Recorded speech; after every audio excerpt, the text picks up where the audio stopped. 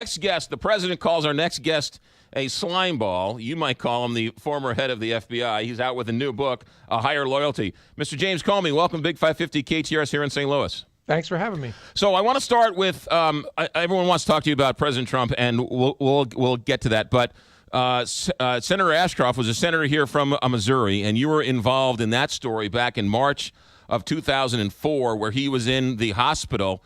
And Andrew Card and Mr. Gonzalez wanted him to sign paperwork. You were there. You were the acting attorney general. What do you remember about that story? And have you ever had a chance to talk with Attorney General Ashcroft about that story? Well, I remember it vividly because it felt both unreal and a moment of incredible pressure. He was in a very serious medical condition in intensive care at a hospital in Washington. And they came to try and get him to sign off on a program that the Justice Department had concluded didn't have adequate lawful basis. And he shocked me. John Ashcroft is a person I admired before this, and I came to admire him even more afterwards. He pushed himself up on his elbows and gave them a blast and explained why what they were doing was inappropriate, and then fell back and pointed at me and said, but that doesn't matter because I'm not the Attorney General. There's the Attorney General. And it was an extraordinary moment that demonstrated, even in great pain and desperately ill, the character of that person. And so, yes, I've talked to him about it, and I write about it in the book to try and illustrate, because that's what the book is about, how you make and try to make good decisions in extraordinarily difficult situations and do them in an ethical way. You threatened to quit, did you not? Actually, I never threatened to quit. I told the president that because I didn't like that when people said, I'm going to take my ball and go home if I don't get my way. I've always thought you should make your best case, and if you're not comfortable staying, then leave. But I told the president that then Director Mueller was going to resign, which was true, and that got President Bush focused on it, and President Bush directed a change in the way we were doing things. Interesting, and that's in this book as well. You go into detail with that here. Yep, sure do. And tell a lot of stories like that in the book. Some of the book, a small part, is about Donald Trump and my interactions with him. But despite what you've seen in the media, actually the book is about something much broader than that. The book is called A Higher Loyalty, Truth, Lies, and Leadership. This morning, President Trump tweeted out that you were not fired because of the phony Russia investigation. Why do you think, James Comey, you were let go? Well, I thought until today that I took him at his word. He told Lester Holt during an interview a year ago that he was thinking about Russia when he fired me. And then I saw news accounts that he told the Russians in a private meeting in the Oval Office that now that he had fired me, that had relieved great pressure. So I don't know what he's doing, saying something that contradicts that. And so I don't know what to make of it. Okay. You said with George Stephanopoulos and you said other places that you, going back, even the criticism you have received from the things you did, that you would still do it the same way. And that's because you wanted to legitimize, and I'm paraphrasing here, Hillary Clinton's presidency if she wins. And you were under the assumption she was going to win. Would you have acted differently if you thought it was a closer race, or if you thought Donald Trump was going to win? No. In fact, I say in the book, and this is something that people have misunderstood, that I intentionally did not consider where the polls were.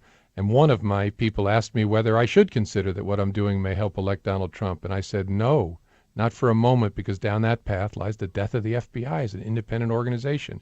I can't consider it. What I'm asking in the book and cross-examining myself is, so was there an implicit assumption, given that the whole world thought Hillary Clinton was going to be elected president? And the answer is, sure, that's possible, maybe even likely. But it wouldn't change the decision. I still had two crappy options to choose from, but one was much worse than the other, no matter what the polls said. I could speak about something, or I could hide something from the American people. Well, hiding something from the American people, basically lying to them, is never the right answer. And so I'd have spoken no matter who was going to be the next president. The emails on Anthony Weiner's laptop, why not investigate that first, find out if those are different emails, and then say something? Why say you're opening it up before you knew what was on the laptop? Yeah, that's a really good question. And a reasonable person might have decided to take the chance to investigate a little and see what you have. The reason that didn't make sense to me is that, first of all, the investigators were telling me there's hundreds of thousands of emails on Clinton's emails on Anthony Weiner's laptop, including possibly the missing emails from her first 3 months as Secretary of State, which run a different domain. And we can't possibly review these before the election. There's just too many. And so do you wait given that? And then there's another consideration. We'd had a problem with leaks. What if it leaks out the Friday before the election that you've been doing this secretly? In some ways, that's worse. If worse can be imagined, that's worse. And so my judgment is that would not be a smart move, but I could also see people seeing it differently. Are you talking with Robert Mueller at all, having any interaction with him in his investigation? That's something I can't comment on. How would the investigation be any different if you were running it as opposed to him? I like to think it would be the same. I think he has assembled a team of talent, both prosecutors and agents, that is an all-star team. So if my gut tells me they're probably farther along than we would have been if it was being handled with the team that was in place, but I think we both would have done it well. My sense is he's just able to do a little more quickly because he has more troops.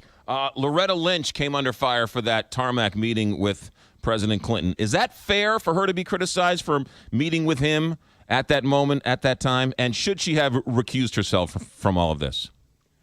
I think it's fair in a way. I think what's more fair is the criticism, because it was a big concern of mine, with her decision not to recuse herself, but instead to say, I'm not going to step out of this investigation, but I'll accept Jim Comey's recommendation and that of the career prosecutors.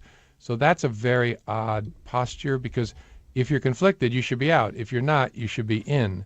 But being neither in nor out was the final, for me, the final brick in the load that convinced me, although I liked her and respected her, if the result was going to have credibility, I couldn't announce it standing next to her. I had to do it separate from the Attorney General. James Comey with us for a moment or two longer. His new book is A Higher Loyalty, Truth, Lies, and Leadership, out now. Let's go to that announcement. You said that Hillary Clinton, at the time, and her personal emails, she used she was extremely careless, but she was not grossly negligent.